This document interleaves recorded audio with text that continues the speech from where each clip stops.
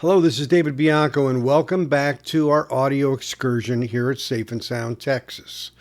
So there was a video put out by Mike at the In Groove related to the decision by Rhino to come out with these reissues, all analog. High Fidelity is what they're calling the series. And I did a review the other day on the Cars self-titled album, which is fabulous. Mike's issue with it really has to do with the marketing strategy of Rhino to put these out in what's called a direct-to-consumer method or mode, which really has to do with ordering online only. In other words, this is a limited edition, 5,000 for this particular title, and they will not be sold in record stores. They will be sold for direct consumers through web only. And so you have to order online. And so if you really look at the market as a whole, there is a myriad of different methods that are used to deliver products. There are combinations of online and in-store through distributors.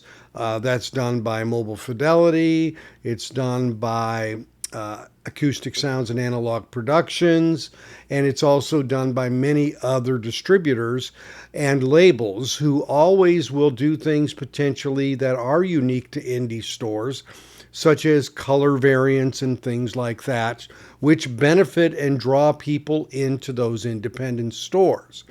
Of course, if they go in there and say, I want the best sounding version of the Cars self-titled album, Mike and other independent retailers won't have the flexibility to say, well, you probably want to pick up this Rhino High Fidelity because, in my opinion, it's the best. Now, I don't know that Mike's reviewed it yet, but my point is that flexibility and capability to do that.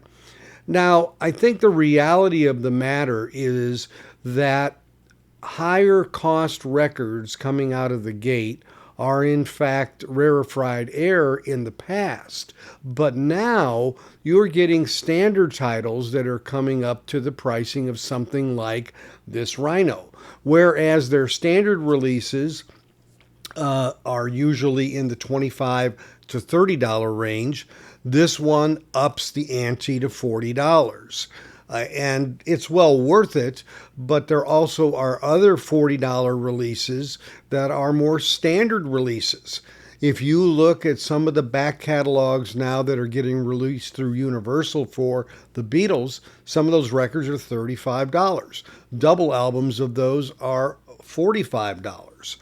Same way with Pink Floyd. And those are not, in fact, what I would call audiophile releases whatsoever. So Rhino is basically putting this in a price point that makes this accessible. The issue is, how do you find out about it if you're someone who is just in the market looking for good sounding records and aren't in the know? And I think that is a valid situation, but it also exists as it relates to some other labels. So it is not unique to Rhino in what they're doing. I'm sure Rhino did the math and did the calculations of what would benefit them the most from doing distribution versus a direct customer model. I think they're trying to draw more people to the website to see what other titles they have. A lot of times as a consumer, you'll look at it and say, well, if I'm going to buy this, I might as well buy a couple other things. I get them into a more consolidated shipping cost, and that makes for a better overall value. So really what's going on here in a lot of ways is, Mike's an independent record seller and he wants to be able to offer as much as is possible, and that's understandable. But again, Rhino is its own company. It has the ability to make those kind of decisions. They have a great catalog. And as I think was made clear in the A&R person's interview with Steve Westman from Rhino, that, they kind of looked at the world going by and they're going, gee, we're licensing all this stuff out and, this is our catalog and, maybe we should consider how we could leverage this catalog in this space. Because let's face it, well-made records and audiophile pressings and the whole idea of not using digital has grown and gained momentum, especially since the MoFi debacle, because the thirst is there for that genuine all analog experience. So Rhino is smart. They really saw this and looked at it and said, hey, it's been now, about 10 months since this happened. I'm sure when that happened, they started having some bells ringing in their mind. They may have had this on the map before that, but that maybe kind of solidified it or accelerated it. The whole idea that, this is a market. They have a known great mastering engineer in Kevin Gray, and just that name brings the credibility. And so, again, it's a marketing decision. It's a profitability decision to make the most they can on this product when it comes out.